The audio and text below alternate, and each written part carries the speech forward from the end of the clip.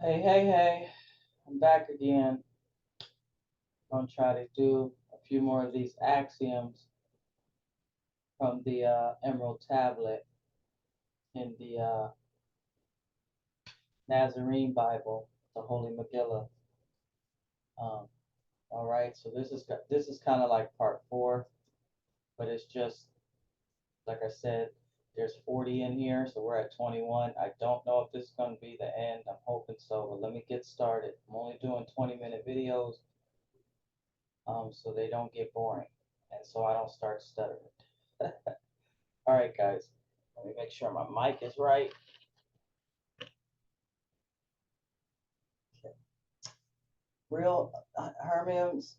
Oh, we got to read 21. Axiom 21 of the Golden Dragon. Choices turn out to be so important that the White Wizard pays close attention to them.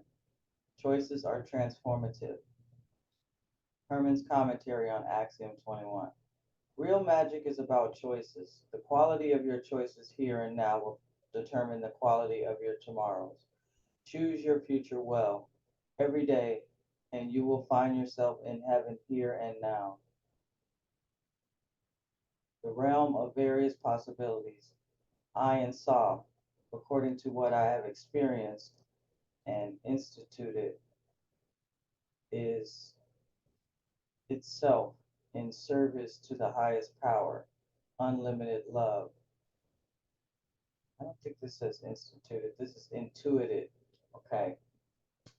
From what I have experienced and intuited, it itself in service to the highest power, unlimited love, and responds accordingly. The kinder your choices, the more probable becomes wonderful future manifestation.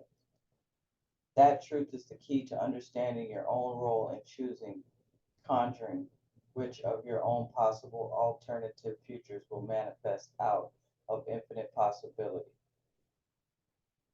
Axiom 22 of the Golden Dragon. Willpower turns out to be so important that the White Wizard pays it great attention. Pay attention to your intentions and refine them. That is spiritual alchemy and turns raw materials into spiritual gold. Be thou an alchemist. Hermon's commentary on Axiom 22.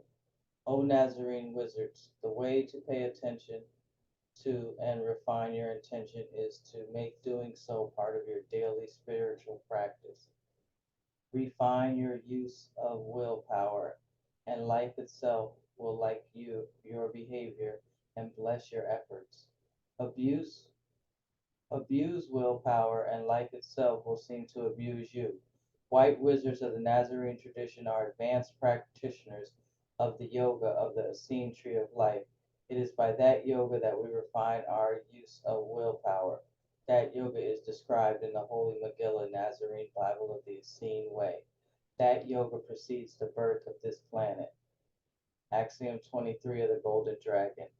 Every intentional act of magic is an attending a conjuration. Conjuration. It can also be accurately stated that every intention of every being is an act of magic, whether or not it is a formal or purposeful act. Even unnoticed intentions throughout the day will conjure things. Wherefore, watch the intentions that arise within you, and make sure that they are worthy of residence within your inner holy temple. Even so, because intentional acts of magic are so focused, so intentional they are extra potent enchantments. Herman's commentary on Axiom 23. In Matana, the very first intentional act of magic, white wizardry, are the primordial intendings, conjurations, enchantments by Ya, Ja, and Jala, such as the creative wish to share existence, consciousness, and bliss with others. For what is the creative wish if not real magic, real white wizardry? And the first Holy Trinity is reported in the Megillah to have performed obvious white wizardry in its holy conception of the divine plan that was then chanted into motion, pulled from the cauldron of unactualized potential into actualized being. Another of those primordial enchantments that predates this planet and is clearly an intentional act of formal magic. If that of the is that of the affirmation of Elohim, let there be light. Axiom 24 of the Golden Dragon. If you live up to the light, you have greater light. If you live up to the light you have, greater light will be revealed in the form of new insight and revelations. If you do not live up to the light you you have, your light diminishes. This is an example of the law of use. Hermon's commentary on Axiom 24. Wizardess Gilgala said of this phenomenon, use it or lose it. Axiom 25 of the Golden Dragon. To climb high on the mountain of love, reach low to raise others. That is the way of compassion. White magic is compassionate. Hermon's commentary on Axiom 25. Raising our level of compassionate service increases the whiteness of our magic. As wizard, as wizardess Gilgala taught me, practice in anything makes us better at that thing. Practice love by practicing merciful compassion in daily acts of kindness. She also told me a merciful wizard that walks lovingly into a deep valley takes the mountain of love with him. Axiom 26 of the Golden Dragon. Because green magic makes use of natural substances from Mother Nature, it can also be called natural magic. Wedded to universal love, and it is natural magic in white wizardry.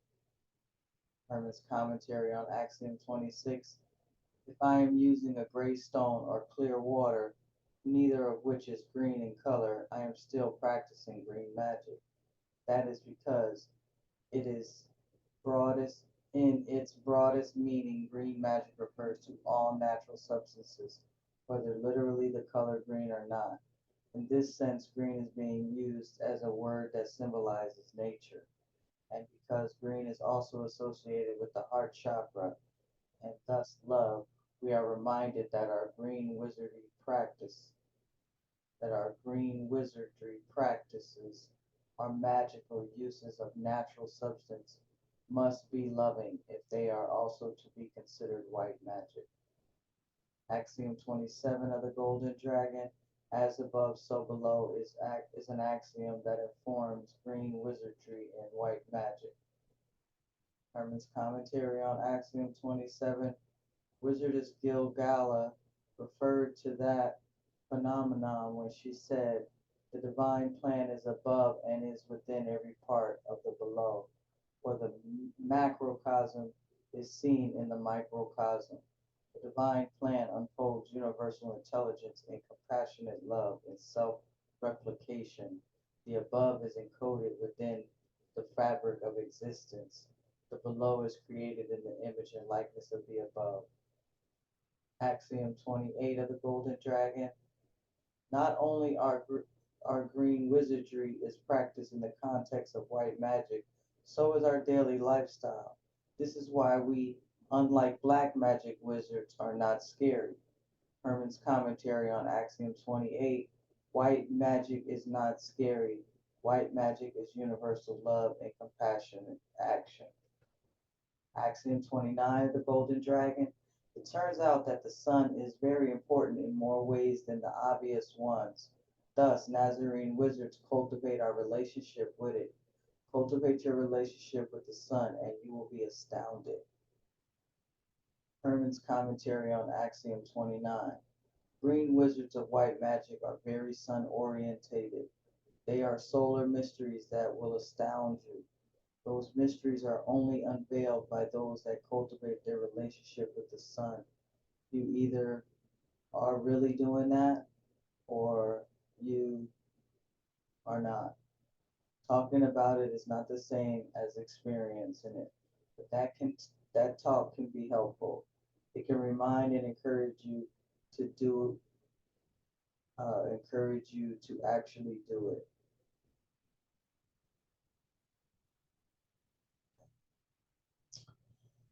Axiom 30 of the Golden Dragon.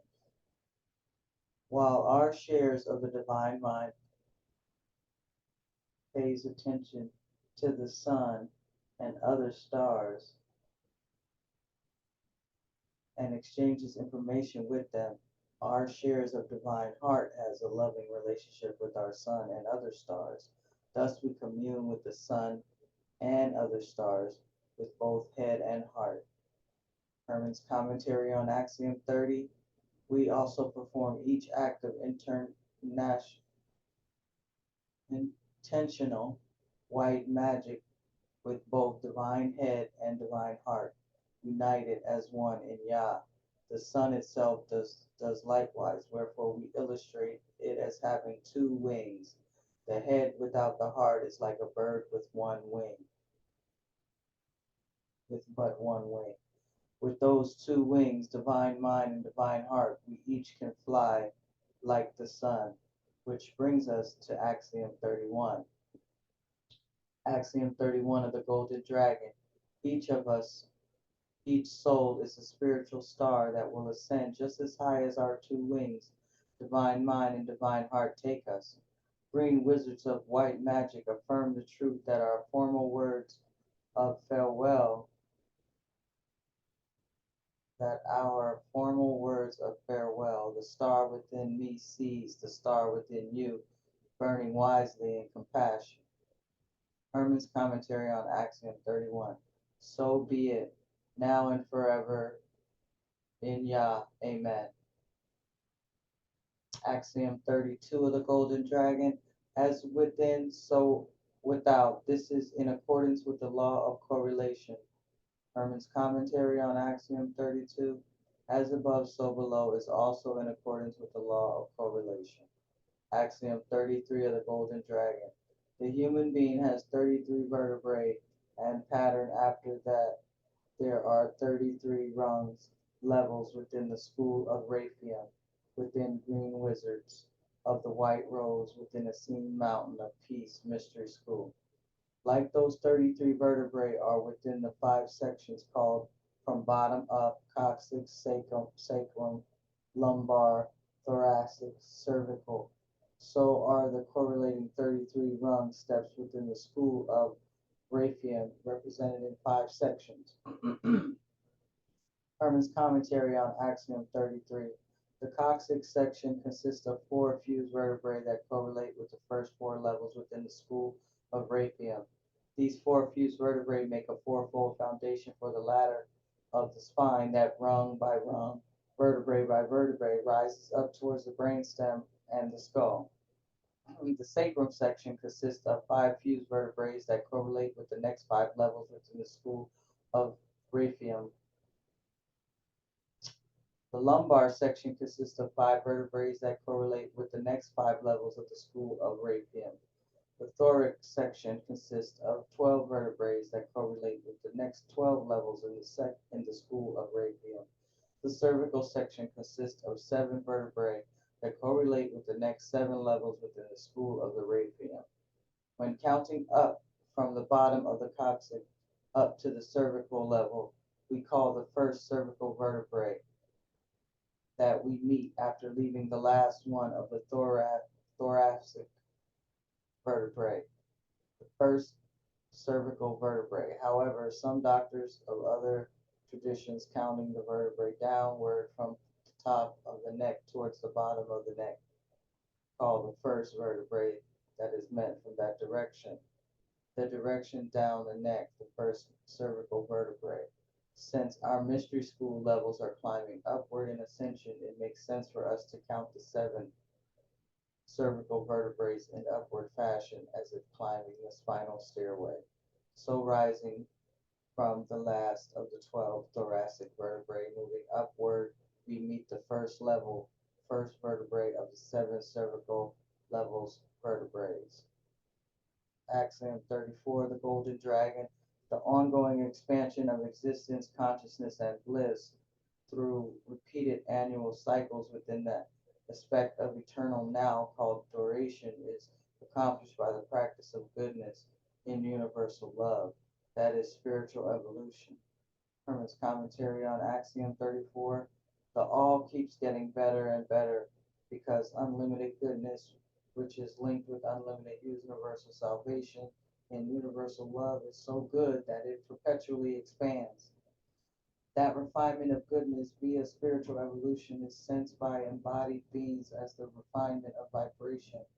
Vibration is everything that has come into manifestation, into numbers from the still zero into the motion that we call activity. The step from still zero into manifestation is the initial step into vibratory spiritual spiral spins or whirls that wizardess Gilgala terms Rashit Ha Gilgalam, the beginning of revolvings. Axiom 35 of the Golden Dragon. Vibrations turn out to be important as so white wizards study the ways of vibrations. The vibrations of merciful compassion expressed in acts of kindness is the highest form of white magic and leads to the summit of the mountain of love. Hermon's commentary on Axiom 35. The vibrations of merciful compassion expressed in acts of kindness is love in action, the motion of goodness, which is the motion of Christ, which is not withheld wisdom, which is not without wisdom. Love and wisdom birth the highest power. Another true name for the highest power is compassionate action, which is the which is of the nod of wisdom to love. Good vibrations are vibrations in harmony with the goodwill of Jah and Yah, the divine will that manifests itself via the expressions of the divine plan. Axiom 36 of the Golden Dragon. Every religious book that advocates animal or human sacrifice is a book of black magic. Herman's commentary on Axiom 36. Some people hope to please deity by blood sacrifice. They please no true deities, but attract, feed, and please various demonic entities by these bloody rituals. The Luciferian priesthood of the serpent, Gilgalga, calls them Nakasharan, the snaky ones, purposely instituted blood sacrifice rituals amongst primitive peoples and religions the world over. Axiom 37 of the Golden Dragon. White wizard shines supernal light into the darkness because of our wise nod to love, a nod demonstrated by compassion expressed in acts of mercy, which are acts of Christ force. Herman's commentary on Axiom 37. Initiates of the Christ family are spiritual activists in that we actively express compassion and merciful acts rather than simply believing in it. The belief should be translated into expressed in acts of Christ force. I repeat this theme often, that repetition is on purpose. Axiom 38 of the Golden Dragon. Although this contested world is under attack by the serpent priesthood, green wizards of white magic minister here so as to preserve the choice. Each being is to remain free to choose between good and evil without being forced into evil by the snaky ones and their sneaky devices. Herman's commentary on Axiom 38. The Lord Christ and the Lady Christ long ago affirmed their commitment to preserve freedom of choice. Nazarene green wizards of white magic are disciples of the Lord Christ, are high wizards, and the Lady Christ are high wizardess, and like them work to preserve freedom of choice. Axiom 39 of the Golden Dragon. Willpower dedicated by free choice to goodness leads to spiritual gold. Herman's commentary on Axiom 39. Though goodness is indeed relative to one's current level of spiritual manifestations, we are responsible to live up to the light that we have. Only those that do not often do that would doubt that reality of goodness. In this contested world, we each must choose between every evil urge, Yetzer Hara, and every good urge, Yetzer Torah. Cultivating good willpower is very important in spiritual alchemy and white magic. Without that cultivation, you find only fool's gold. Axiom 40 of the Golden Dragon. Study the holy Tachactaries and notice that it relates to the number 10 expressed in four levels. Four is a strong foundation. Hermon's commentary on Axiom 40. 10 includes the first nine numbers within itself, and 11 begins the repetition of the first nine and the next ascending decad of power in the form of another Tachactaries created in the image and likeness of the first. The holy Tachactaries is an important aspect of our sacred mathematics and sacred geometry. Since the Tachactaries has 10 points and four levels, which multiply 10 multiplied by 4 equals 40, is a perfect topic to serve as axiom 40 for this set of axiomatic teachings. Right. So next scroll, you guys hold on for a second because they have a picture of that Tachactaries. I'm going to try to get it on here. Let me pause this right quick.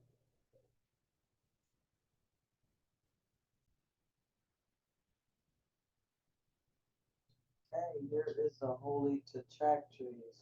Tachactaries. I ain't saying it right, but there's a diagram they had in the back of the book.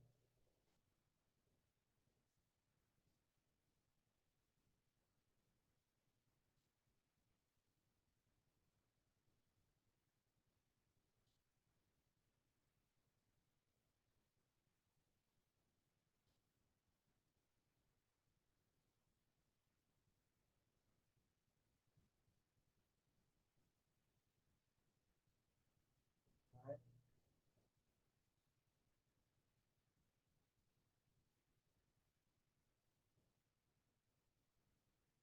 We have some other diagrams.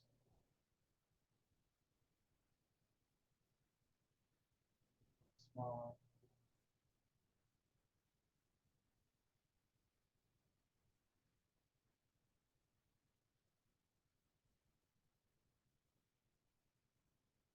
All right, guys, thanks for watching. There's another scroll to this, but I doubt it that I'm gonna do it because I haven't read it yet. So I'm gonna read it and see how long it is, and then I'll get back to you. I'm still want to do that Noah book. I'm gonna do that soon. Thanks for watching, guys. Stay tuned.